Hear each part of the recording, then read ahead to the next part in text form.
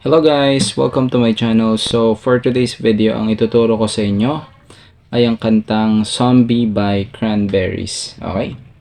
Ito ay para sa mga, alam mo na, mga beginners. Okay? Perfect to para sa inyo. Pero bago natin simulan ang bagong tutorial natin, kung bago ka lang sa akin channel, please subscribe and hit the notification down below para updated ka sa mga bagong video na i-upload ko. So, ang chords natin para sa kantang Zombie by Cranberries ay 4 chords lang. Okay? So, ang mga chords natin dyan, E. Okay? E yan. So, nga pala, tag dito fret. So, first fret, second, third, fourth fret, and so on. First string, second string, third string, fourth string, fifth string, sixth string. Okay? So, ang mga chords natin apat. So, E minor, C, G, D. Sa buong kanta na yan guys, okay? Tapos, ang strumming pattern natin guys dito ay ganito. Bale, apat na down 2 times.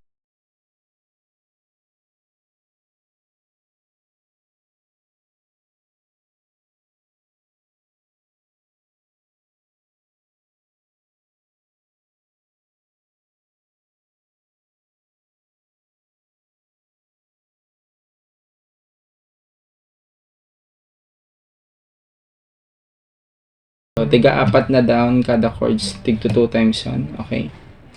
So, sa E minor guys, ganito yung E minor. Itong middle finger mo dito malagay sa, tawag dito sa second fret, dito sa 5th string. Itong ring finger mo dito sa second fret ulit dito sa 4th string, E minor ang tawag dyan. E minor. Tapos, sunod C. So, yung C ganyan guys. Itong index finger mo nandito sa first fret dito sa second string. Itong middle finger mo nandito sa second fret dito sa fourth string. Okay? Itong ring finger mo nandito sa third fret dito sa fifth string. Yan. C. Sunod G. Yung G guys ganito. So, itong dalawang daliri mo to. So, itong pinky mo dito sa first string.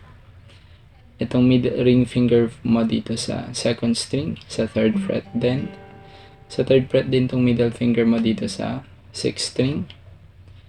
Ito naman, index mo dito sa second fret, dito sa fifth string. Ito, dito mo lalagay. So, yun yung G. Sunod, D. Okay? So, ayan D. So, yun yung D guys. So, yung D guys, itong middle finger mo nandito sa second fret sa first string. Itong index mo na sa second fret sa third string. Itong, tawag dito, ring finger mo dito sa third fret dito sa second string.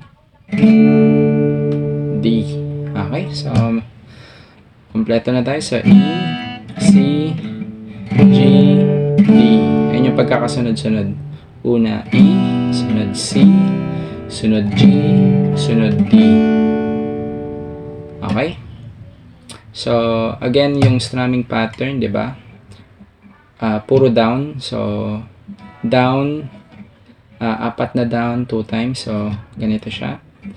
Down, down.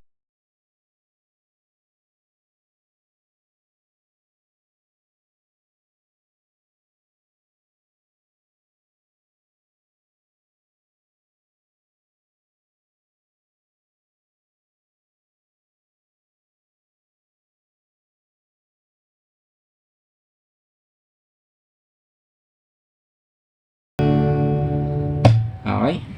So, medyo bilisan natin konti.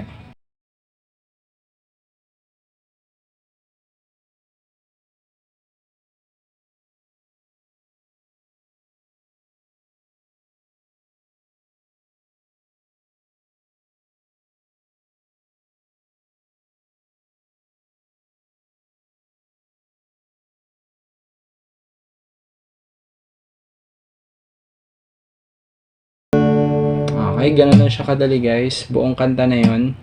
Paulit-ulit mo lang siyang gagawin. Okay, so lagyan natin siya ng lyrics.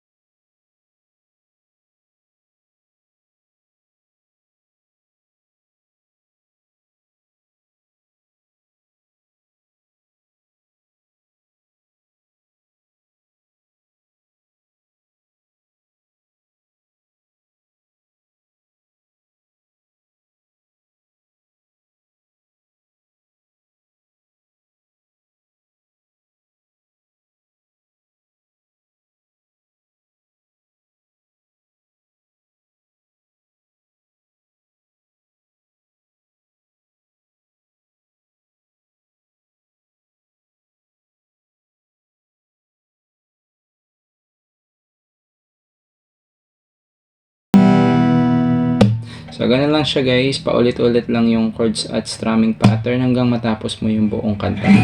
Okay? Sana nagustuhan nyo tong video na to. At kung nagustuhan nyo, please like and share. And kita-kits na lang ulit tayo sa susunod na video na i-upload ko. Bye!